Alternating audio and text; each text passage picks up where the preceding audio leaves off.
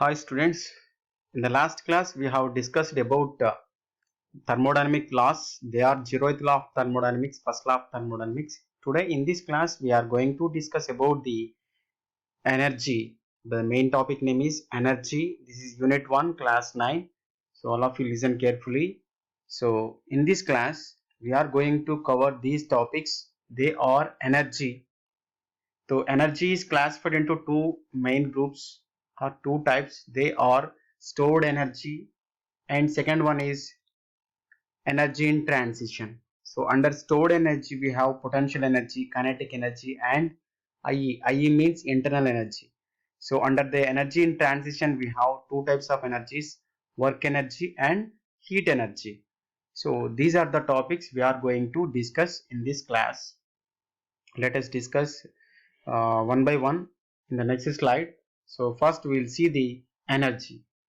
Energy. So what is energy? First we should know about the definition of the energy. See here, what is energy? How can we define energy? So energy nothing but it is a capacity. The capacity to do some work. The capacity to do some work is known as energy. So it is a scalar quantity. Energy is a scalar quantity. So further, the energy is classified into two main groups. They are stored energy and energy in transition. Stored energy and energy in transition. So once again listen, the definition of the energy. The capacity to do some work is known as energy. It is a scalar quantity. So the energy classified into two types. They are stored energy and second one is energy in transition. So these are the two types in the energy. So coming to the first one, that is stored energy. So what is stored energy? What is stored energy? How can we define stored energy? Means, so the energy which is contained within the system, the energy which is contained within the system boundary is known as stored energy, is known as stored energy. Example means the energy should contain within the system boundary, that is called stored energy. Examples: potential energy, kinetic energy and internal energy. These are the energies. These energies will be in the within the system boundary, within the system boundary. So these are the stored energies. These are the stored energy. Potential energy, kinetic energy and internal energy. These are the stored energies. So next we will discuss about the potential energy. So what is potential energy? Already we have discussed, already we have studied in our lower class about potential energy, kinetic energy and internal energy. So how can we define potential energy? Means here, potential energy means the energy possessed by the body by its motion, sorry, by its position. Energy possessed by the body by its position from bottom level. So that is called potential energy. That is called potential energy. The energy possessed by the body by its position is called potential energy. So from the bottom level. So potential energy formula, what is the formula? PE is equal, potential energy is equal to mgh, where m is equal to mass of the body, g is nothing but gravitational force and h is nothing but bottom level height. Okay, height of the body. Okay, the body is in the on earth, means height is 0, the potential energy will be 0. Okay, so we can write it as the potential energy P is equal to mgh. We can write it as mg is equal to w, so we can write it as w into h. P is equal to w into h. And coming to the second one, second type, that is kinetic energy.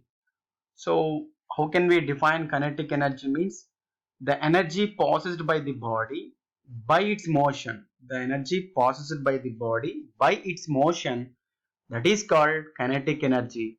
Already we know that kinetic energy formula, Ke is equal to half into mv square, half into mv square.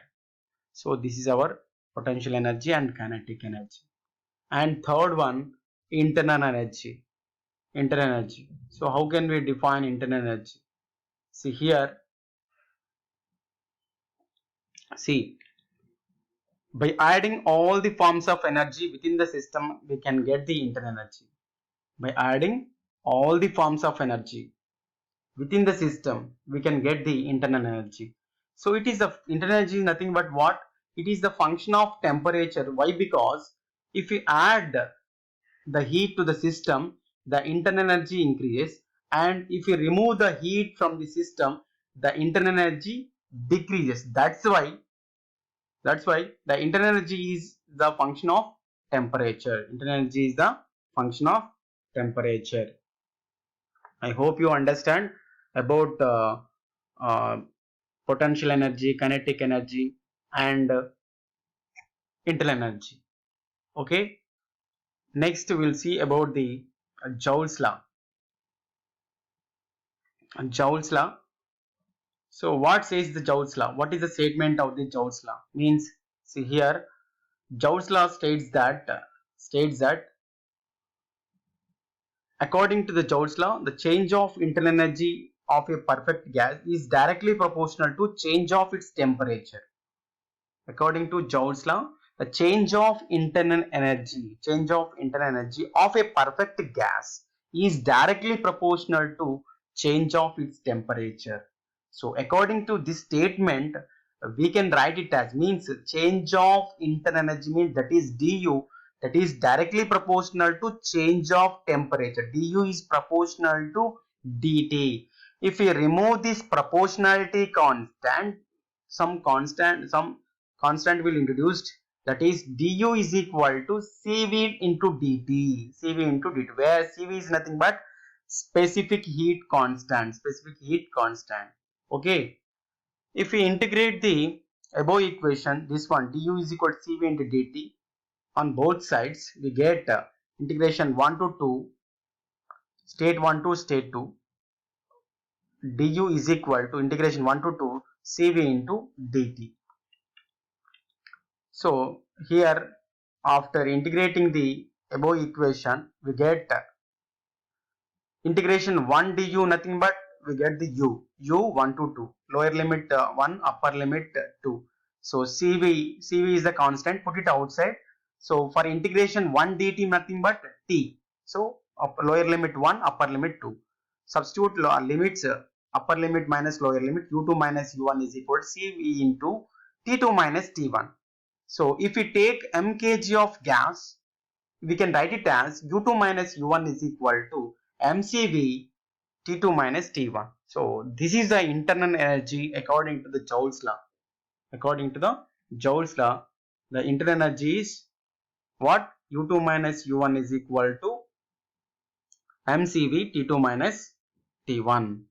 I hope you understand about the first one, that is about energy, stored energies. They are potential energy, kinetic energy, and internal energy. So coming to the second main topic, that is energy in transition. So what is energy in transition? When we say the energy in transition means the energy which crosses the system boundary, and interact with surrounding, that is known as energy in transition. So examples, work energy and heat energy. These two are will crosses the system boundary and interact with the surroundings, work energy as well as heat energy. Okay. So what is work energy?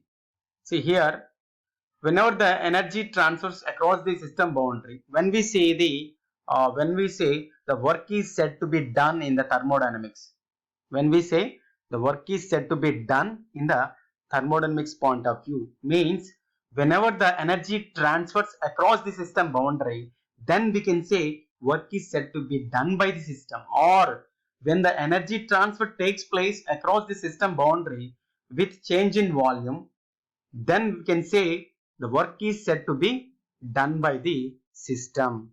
Okay, I hope you understand about the work done in the thermodynamic point of view. Okay, see here, this is our diagram.